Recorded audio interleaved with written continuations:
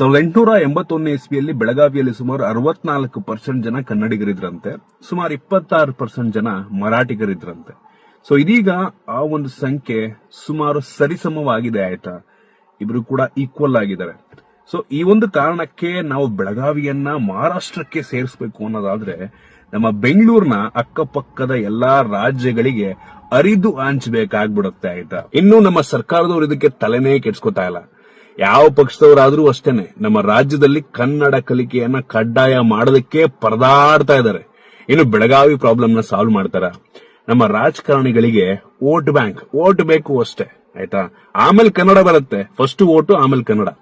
ಈ ಬೆಳಗಾವಿಯಲ್ಲಿ ಸುವರ್ಣ ವಿಧಾನಸೌಧ ಮಾಡಿದ ತಕ್ಷಣ ಪ್ರಾಬ್ಲಮ್ ಸಾಲ್ವ್ ಆಗೋದಾಗಿದ್ರೆ ಯಾವಾಗ್ಲೂ ಆಗ್ಬೇಕಾಗಿತ್ತು. ನಾನೇನ್ ಅಂದಿದ್ದೆ ಅಂತೀರಾ, ಮುಂದಿನ 10 ವರ್ಷ ಆದ್ರೂ ಸಹ ಇದೇ ವಿಷಯದ ಬಗ್ಗೆ ನಾವು ಚರ್ಚೆ ಮಾಡ್ತಾ ಇರ್ತೀವಿ ಹೊರತು ಪ್ರಾಬ್ಲಮ್ ಅಂತೂ ಸಾಲ್ವ್ ಆಗಿರಲ್ಲ.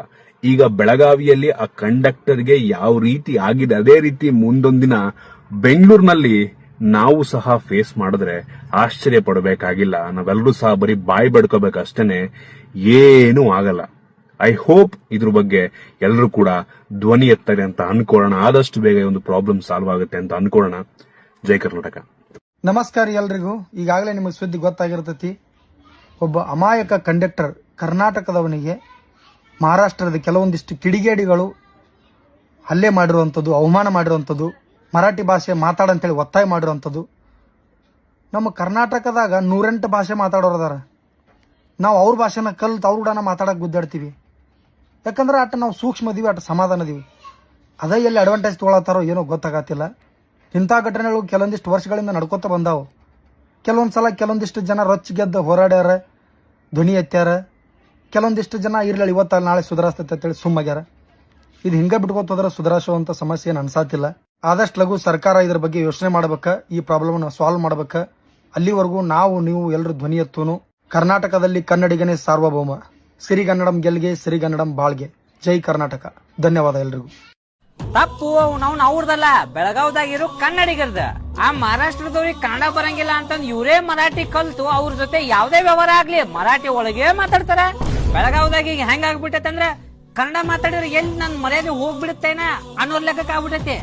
ಯಾಕ ಕನ್ನಡ ಮಾತಾಡಿದ್ರ ನಿಮ್ಮನ್ ಕೀಳಾಗಿ ನೋಡ್ತಾರ. ಅಡ್ಡಿಮಿಟ್ಟಿ ಮಕ್ಕಳ ಅವ್ರ ಊರಾಗ ನಾವಿಲ್ಲ, ನಮ್ಮ ಊರಾಗ ಆ ಸುಳ ಮಕ್ಕಳದಾರ. ನಾವ್ ಕಲಿಬೇಕಾಗಿದ್ ಮರಾಠಿ ಅಲ್ಲ, ಅವ್ರು ಕಲಿಬೇಕಾಗಿದ್ದ ಕನ್ನಡ. ಈ ಸಮಸ್ಯೆ ಬೆಳಗಾವಿ ಬಿಟ್ರೆ ಬೇರೆ ಕಡೆ ಎಲ್ಲೂ ನಡೆಯಕತ್ತಿಲ್ಲ. ಬೇರೆ ಡಿಸ್ಟಿಕ್ ಬಂದ್ ಅಡ್ಸನ್ನ ಬಾಯಕ್ ಕಾಲ್ಮರೇಟ್ ಕಳಿಸ್ತೀವಿ. ಬೇರೆ ಡಿಸ್ಟಿಕ್ ಒಳಗೆ ಈ ಸಮಸ್ಯೆ ಯಾಕಿಲ್ಲ? ಅಲ್ಲಿ ಕನ್ನಡ ಬಿಟ್ರೆ ಬೇರೆ ಯಾವ ಭಾಷೆನೂ ಮಾತಾಡಂಗಿಲ್ಲ. ಸೊಲ್ಯೂಷನ್ ಇಷ್ಟೇ, ಬೆಳಗಾವಿ ಕನ್ನಡಿಗರೆಲ್ಲರೂ ಜಾಸ್ತಿ ಕನ್ನಡ ಮಾತಾಡ್ಬೇಕ. ಅಲ್ಲಿರೋ ಎಲ್ಲಾ ಅಂಗಡಿ ಬೋರ್ಡ್ಗಳು ಕನ್ನಡದಾಗಿರ್ಬೇಕ. ಮರಾಠಿ ಒಳಗಿರೋ ಬೋರ್ಡ್ಗಳನ್ನ ಎತ್ತಿ ನೆಲಕ್ಕೆ ಹೋಗೋದು ಬೆಂಕಿ ಹಚ್ಚಬೇಕು. ಇಷ್ಟೆಲ್ಲ ಹೇಳಿದ್ಮೇಲೆ ಅವ್ರಿಗೆ ಅರ್ಥ ಆಗೋಂಗೊಂದು ವಾರ್ನಿಂಗ್ ಹಾಕ್ಬೇಕಲ್ಲ. मराठी लोक कुत्र्यासारखं ओरडू नकोस. बेळगाव मध्ये कन्नडिगने सार्वभौम समझी गए रे माझा चोत के बच्चे.